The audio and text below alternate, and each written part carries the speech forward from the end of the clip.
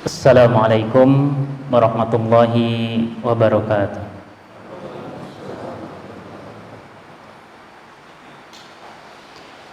Alhamdulillahi rabbil alamin. Wassalatu wassalamu ala rasulih sallallahu alaihi wasallam.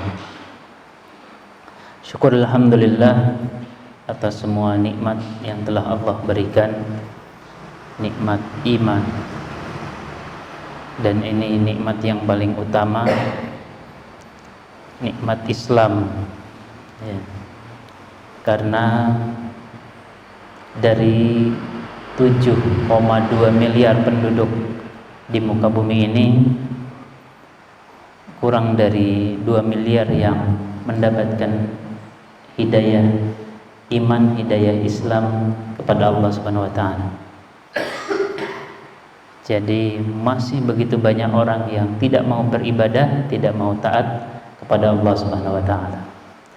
Dan kita termasuk di kelompok ini. Tapi juga kemudian akan semakin mengecil sebagaimana disebutkan dalam Al-Qur'an, wa qalilum min ibadiyasy syakur. Wa qalilun, ma makna qalil? Sedikit. Min, makna min dari, ya, itu harfu jarrin. Wa qalilun, dan sungguh amat sangat sedikit, min ibadi, makna ibad, hamba, ibadi, dan sungguh sangat sedikit dari hamba-hambaku ini asy-syakur. Syakur ikut wazan apa? Fa'ulun, ya. Orang-orang yang dari kata syukrun, itu yang bersyukur. Orang-orang yang bersyukur itu akan sangat sedikit.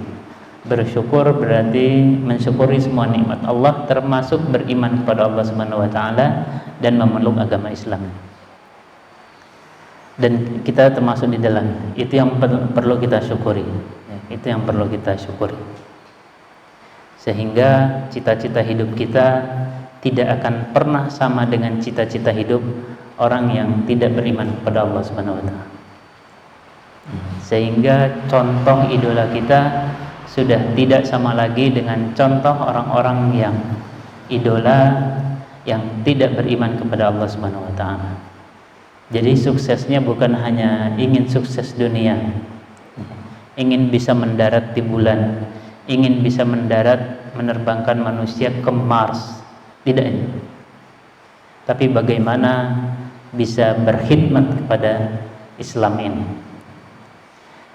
Ya, di kesempatan yang berbahagia ini Ustadz ingin menyampaikan satu poin, dan itu terkait dengan hadis dari hadis Rasulullah SAW yang diriwayatkan oleh Abu Hurairah radhiyallahu anhu. Ini terkait dengan kebiasaan, ya, kebiasaan. Kalau bahasa Inggrisnya habit, kalau bahasa Arabnya adat atau kebiasaan. Ada banyak hal dalam kehidupan kita ini, dalam aktivitas kita ini, yang itu kita tidak pakai mikir lagi, dan itu kebiasaan. Contohnya, contoh sederhananya mandi. Akhwafa, kalau antum mandi biasanya pasti bawa anduk, bawa gayung, dan baju ganti, ya, baju ganti setelah mandi. Kebiasaannya biasanya naruh anduk dulu atau naruh baju gantinya dulu? Baju gantinya dulu digantung, ya, baru anduknya. Terus sikat giginya setelah mandi atau sebelum mandi? Setelah mandi, ya. Itu namanya habits, itu kebiasaan. Ada yang sikat giginya sebelum mandi? Faiz? Atau sikat giginya malam saja atau pagi saja misalnya? Itu habits, itu kebiasaan. Jadi nggak perlu dipikir lagi ini nanti setelah mandi. terus besoknya nanti sebelum mandi, karena itu kebiasaan. Sama halnya kalau pergi ke pasar Godean, orang yang sudah terbiasa lewat jalan lurus terus mentok sampai pertigaan belok kiri, lurus sudah ketemu pasar Godean. Akhirnya sudah terbiasa kayak gitu terus. Kalau pergi ke pasar Godean, lurus mentok belok kiri, lurus terus belok. Iya. Karena nggak mungkin terus lewat muter ke barat, terus belok kanan ke Berjo, terus belok kanan sana. Ya.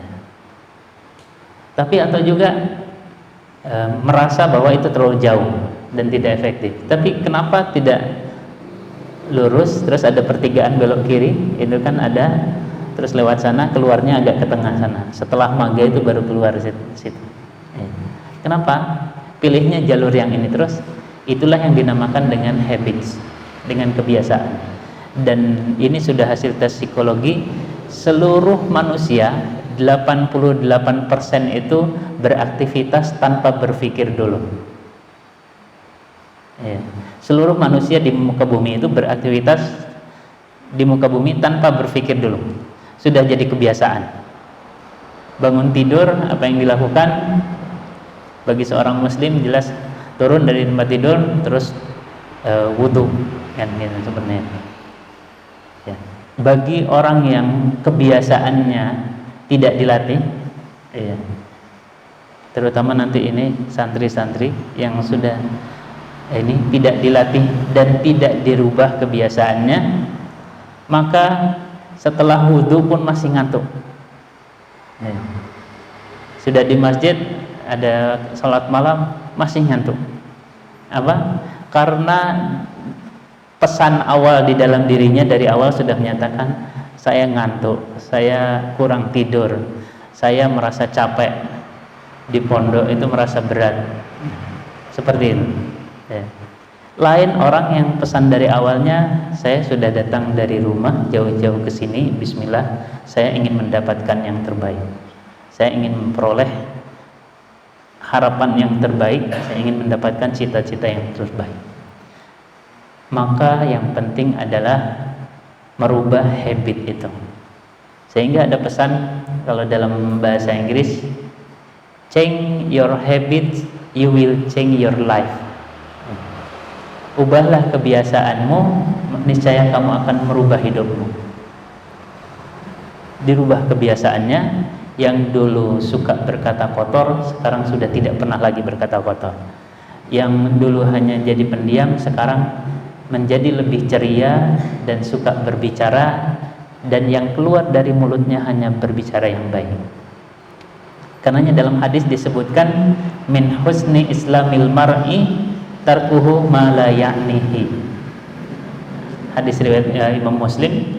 Di sini disebutkan an Abi Hurairah radhiyallahu anhu qala Rasulullah sallallahu alaihi wasallam min husni islamil mar'i tarkuhu ma la ya'nihi.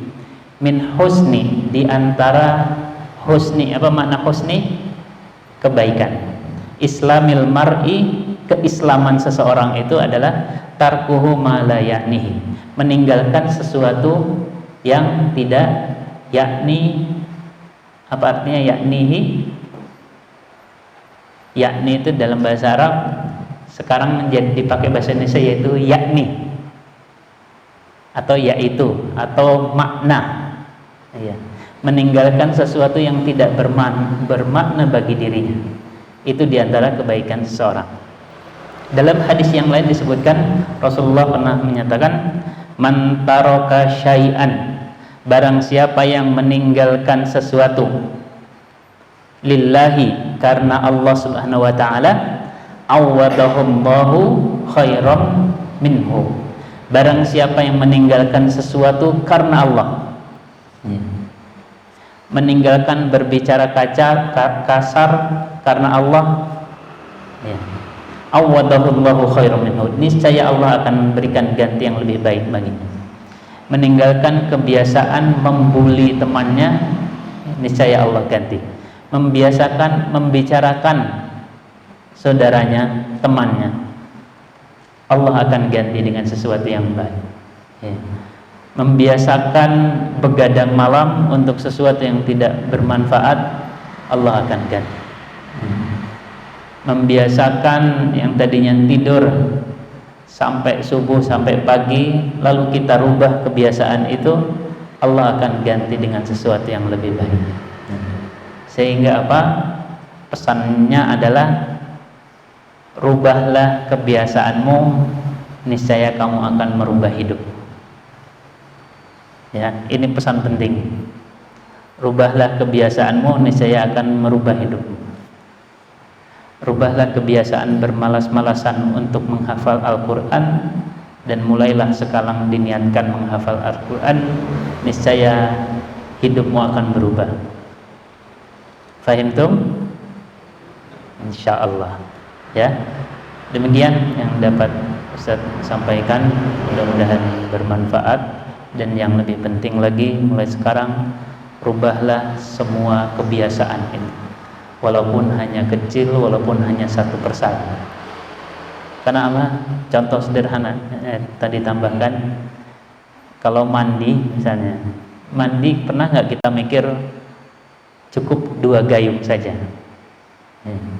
Apalagi ada juga yang kebiasaan, Ustaz, saya kalau mandi kalau nggak jebur-jebur itu kayaknya nggak sah mandinya, kan? Jadi kalau mandi jebur, wah kayak di kamar mandi itu kayak berkelahi sama nggak tahu sama siapa itu kan. Kayaknya kalau belum 7 gayung tuh kayaknya belum maksimal kan gitu. Padahal 2 gayung, 3 gayung maksimal itu sudah cukup.